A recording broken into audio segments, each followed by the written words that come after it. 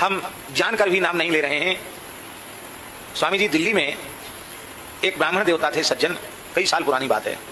उनके विशेष आग्रह से हम लोग प्रसाद पाने उनके यहाँ गए। तो हमने उनको कहा कि कोई कच्चा मत बनाना, पक्की ही चीज बनाना, दाल भात वगैरह मत बना लेना, पूड़ी साग बनाना, भारतीय देसी गाय का घी हो तो ठीक है। बोले नहीं, सब आपके स्वरूपान रूप सारी व्यवस्था करेंगे। बनी पूड़ी साग, हलवा पूड़ी साग, रसोई बनी। पाने के लिए बैठ गए। तो हमने उनसे कहा कि भोग लगा भगवान को? भोग लगा हुआ है। अरे महाराज, बिना भोग लगे हमारे यहाँ कुछ होता ही नहीं।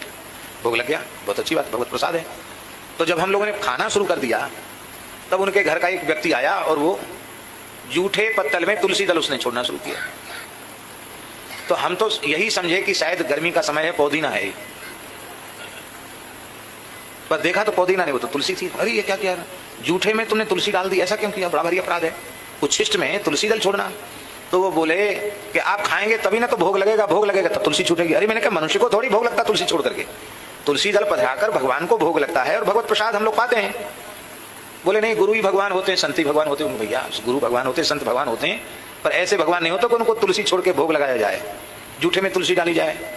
तुम तो कहते थे हम वैष्णव हैं, कैसे हो आप? खाने में मन ही नहीं रहा हमारा। तो उनके पूजा घर में जाकर देखा तो न राम जी का चित्र था, न कृष्ण का था, न नारायण का था, न शंकर जी का था, न गणेश जी का, न देवी दुर्गा का, किसी का नहीं। केवल एक महात्मा का फोटो रखा था। बोले हमारे तो अब सब देवी देवता हमने त्याग दिए हैं, बस इन्हीं को मानते हैं, इन्हीं को भोग लगाते, आरती करते। अरे भाई, गुरु की महिमा है, किस लिए है गुरु की महिमा? कि वह जीव को भगवान से जोड़ते हैं, इसलिए महिमा है। इसलिए थोड़ी महिमा कि तुम हमारा लौकट लटका लो, हमारा ही भजन करो, हमारा ही ध्यान करो, हम तुम्हारा कल्याण कर देंगे।